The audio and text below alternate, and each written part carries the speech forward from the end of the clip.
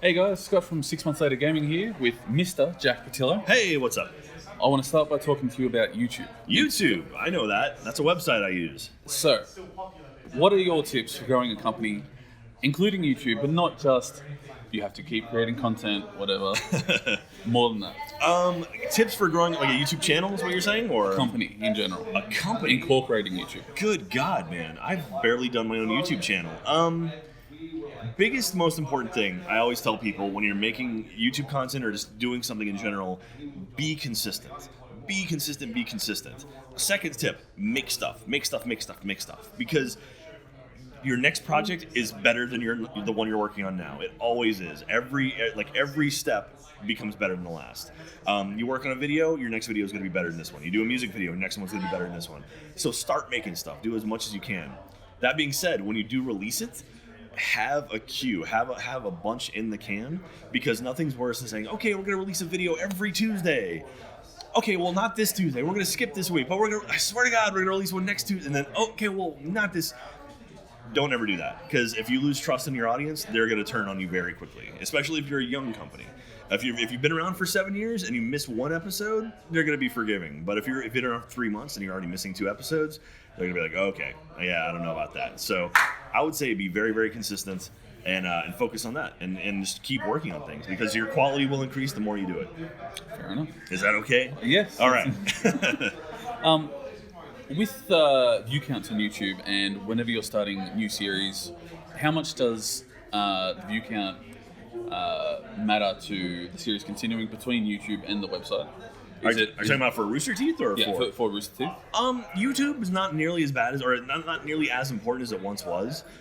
We really focused. We set our sights instead of on YouTube to on our personal site on roosterteeth.com or achievementhunter.com, because we've been around long enough now to see websites come and go. I mean, Red vs. Blue is being released before YouTube existed. And so, Google is obviously the big, Goliath right now. But who knows how long they're going to be around? Who's going to, someone might take over as the next one. Like Vimeo might explode for some reason. And you have all of your archive on one channel. It's like, well, like on YouTube, it's like, oh crap, we got to rework it and do it here.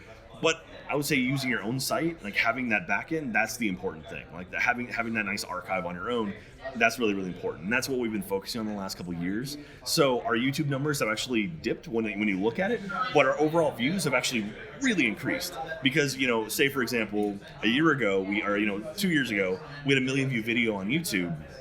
Now we may have a 600,000 view video on YouTube, but then you add another 600,000 views on top of that on our site. And so, but you don't see that, it's not really reflected. So we don't focus on it as much, but it is still important. You still want numbers, and if there's a significant dip in something, we want to figure out why, and we do, look at feedback and we'll work with it.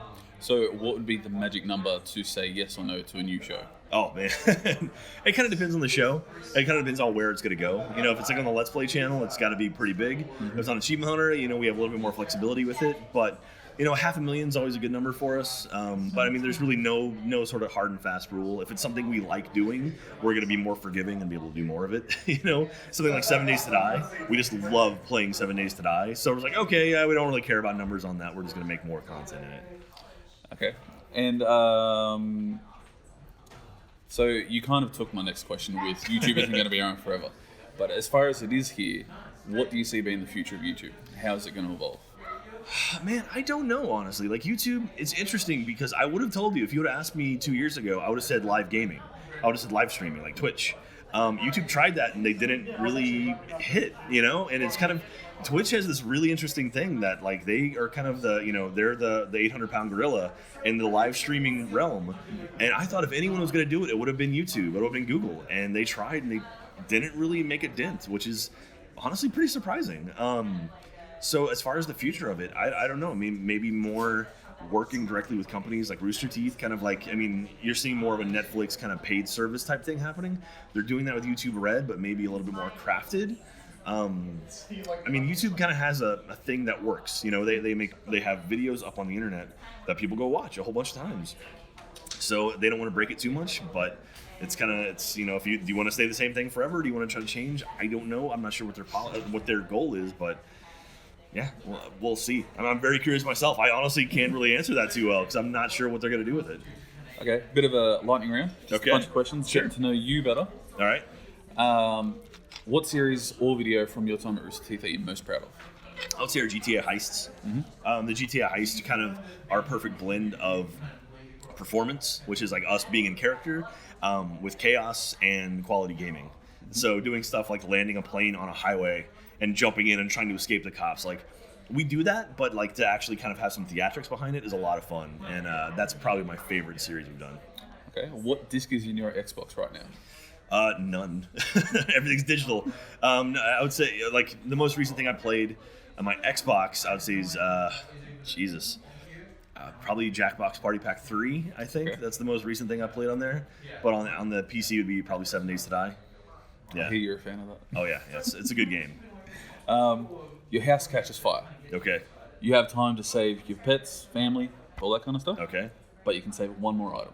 What do you get? Ooh, one more item. Not okay. If yeah. So all the living things are saved. So the living things are all saved. Man, I don't even know. Jeez, probably a laptop. No, I would probably try to grab some photo books, like as many pictures off the wall as possible. Not all of them are easily replicated. That's a good question. Yeah. I'm trying to think, like, what is the most valuable thing? I mean, like, a lot of stuff can be replaced, but you know, as long as the animals and Katie are okay, I'm pretty happy. Yeah, I don't know. I don't know if there's anything in particular that I would be absolutely devastated with, but I've got to, I don't know. Okay. I'm Fair at a enough. loss. You've been streaming more often lately. Yeah. Do you think that segments the audience at all, as far as time zones, all that kind of stuff? Like you're talking about personal or like with Rooster Teeth? With Rooster Teeth. I can understand if it does for some people. I mean, like you guys, when it's 4 o'clock here, it's like 1 a.m. over there or something like that. We do our best to archive everything and release it later. So when we are live streaming, we are recording everything and do release it at a later time. We have tried streaming at different times. Like we did a whole series of YouTube Prime Time where we streamed from 5 Central till 7 Central at night, which is much later. I don't know the time zone difference, but I don't think it's really, messing around with it too much. I'd like to think. I mean, we enjoy streaming. It's a different beast than what we do normally. Like edited videos that are condensed down are totally different than, a 2-hour stream with just completely raw. Some people like the live stuff. It's definitely a little bit more, it's more relaxed in that you don't have to, I mean, if you're just kind of like, the audience for live streaming is different than the audience for edited videos. And so they understand like, oh, it might be some quiet time in between segments, or it's like, okay, like as they're loading, they're going to kind of be quiet, because when we edit videos, when we're loading games, that's just all cut out. And so we're just not used to talking during those times, or not really being excited during that stuff. So, yeah. Do you think the Let's Play family is finished growing for a little while? I don't think so. I mean, we're always on the lookout for new members. I mean, we've got we've got Laserbeam here in Sydney, and we're looking for more kind of individual people like that. That is definitely a Jeff question more so than me, but I know that dude is out of the office at least once a week looking for new talent, and hearing what he has in mind for the future is pretty interesting. And so I think we're not nearly done growing. And but that being said, we're being very careful with it, and it's all about quality. So it's like we don't want to just add people to the group. I mean, Machinima did that back in the day, where they just scooped up everyone they could, and then they got so big they toppled. And so now it's like we don't want to be Machinima. We want to be a group that curates like a really quality, kind of slice of the internet and slice of gaming. And it's been fun because we have so many different personalities and so many different styles of videos that there's something in the family that you're gonna love. If it's something like kind of funny, like more analytical, more editorial based, or if it's like the Couch Shop guys who are just psychos, or Achievement Hunter, which is kind of like we've been around for a long time, or Funhouse, which is a little bit more mature. There's something in the family you're gonna like. Oh, you worked so long to build up your fan base. You don't want to get them offside either. Yeah, exactly. Yeah, I mean, you don't want to tipple. Sure, I just made up a word. Topple the boat too much, Yeah. As the fan base has grown, do you think, well, as Achievement has grown, do you think the fan base has grown with you as far as age, or do you think the fan base generally sticks around the same age? People drop out, come back. It's a little bit of both. I mean, I've had people come up to me that be like, oh yeah, I've been watching Achievement Hunter for 6 years, and it's like, holy crap. And I've met people that literally started and finished college while watching Achievement Hunter, and it's like, that's kind of cool, It's like kind of like as people are growing up, they're kind of growing up with us, and And then, but then we have younger audiences that come up that are like, oh, like I've met 14-year-olds. Like, oh my God, I'm a huge fan. It's like, that's cool. But then we have, like my favorite thing is having the high school kid, like the 16 to 18-year-old kid, and like a mom who's like in her 40s, and they're both fans. Like, and she's like, I love the podcast, and I love Minecraft. It's like, that's always my favorite stuff, is kind of hearing the audience kind of like everyone finds a little something they like. And like, I have special respect for parents that are kind of like, they kind of get into the world that their kids might be into that, might be a little weird, but they still embrace it. So. Takes a lot of extra effort, I'm sure. Oh yeah. What are your thoughts on the Xbox Scorpio? Possibly coming out this year. Might be delayed, who knows? Yeah, it was supposed to come out in fall, right? Or fall or winter. I'm curious about it. I think the PlayStation Pro kind of like, it didn't seem to really make a big splash. And so, fizzled, yeah. And so, it's interesting because I've talked to some developers about it, and they're very excited for it. And Microsoft is doing their damnedest to really kind of get developers on board with it. But the hard part is anything they make for the Scorpion has to work for the Xbox One as well, like the original Xbox One. So it's kind of like working on two different versions. You work on kind of your Prime version, and then you sort of downgrade it for the Xbox One, which a lot of times will happen where they'll work on a PC version, and then like, oh, we have to kind of strip out a couple features to make it work on Xbox One or PS4. So, I mean, really, it's a more powerful Xbox One, and that's always a good thing. It's always nice. But at the same time, I've become more of a PC gamer lately. Like, I'm playing the same games I would normally play on Xbox. I'm playing on the PC, and we're hitting this point now where everything's increasing in speed so much so quickly that are they going to start releasing consoles every 2 years? I don't want to get to that point. I like the idea of having a console that you have for 5 to 10 years. Then move on to the next one. But, whereas PCs is kind of a little bit more, like, understandable. Like, okay, it's kind of piecemeal. Like, oh, let me put some more RAM in. Or, oh, a new video card came out. Like, oh, let's swap it out. But with a console, the whole idea is everyone's on a level playing field, Like, everyone playing Battlefield 1 on the Xbox One is on the exact same machine, No one has the, dual running 1080s with, like, 4 monitors that they can see, 270 degrees. Like, everyone plays exactly the same. So once you start getting into that sort of differentiate, or I don't know, like splitting between different consoles, like once you have that, I'm curious to see what's going to happen with that. I know the guys over at Kind of Funny, they were saying that Xbox almost needs to make this a brand new console, not an upgraded Xbox One, but a brand new thing, just to say, look, we lost this generation, let's start fresh, jump the gun before PlayStation can. Do you agree with that? I don't know if they've lost per se. I mean, definitely in the beginning, yes. Like, PlayStation 4 definitely kind of took the reins. 360 just crushed PS3. So, I mean, pretty much no hiding that. PS4 came out strong. PS4 came out as we are a gaming console. Xbox One came out as we are a media console that plays games. And, I mean, some people embrace that. I love that idea. I love the idea of kind of like an all-in-one box that kind of does everything. And, like, having the HDMI in was brilliant, in my opinion. And kind of be able to run all your stuff through one machine. Like, that's really cool. So few people use it like that, though. And so few people use it in the way that sort of the ideal situation was. So I can understand why it just didn't do as well. And so now they've come back like, okay, games. We're all about games now. In the last couple of E3s, you've really seen that, where like they focus solely on games. And I think they've been smart, because now they're doing the Game Anywhere thing, where you can, if you buy a game on the Xbox One, it works on Windows 10 as well. That's clever to me. Like that to me is something that Sony doesn't have. Whereas like they can't say, oh, if you buy a PlayStation 4 game, it's gonna work on well, okay, we don't have anything. It's like, but doesn't that drive you more towards PC instead of Xbox? Maybe, but I mean, they're getting to the point now where a lot of them are cross-platform. So like, if I want to play Rocket League with someone on a PC, I can from an Xbox One, or vice versa. I mean, like, even with Sony, like apparently the guys at Rocket League have said if Sony wanted to, they could enable that, and we could have true cross-platform where an Xbox One and a PS4 could play on the same game, which is crazy to me as someone who's been gaming back from like the Genesis and Super Nintendo days. It was kind of weird to see that cross-pollination. Seeing Sonic in Mario games now was weird as hell. But to be able to have like an Xbox and a PlayStation playing the same game versus each other doesn't seem right. It doesn't seem right? But I mean.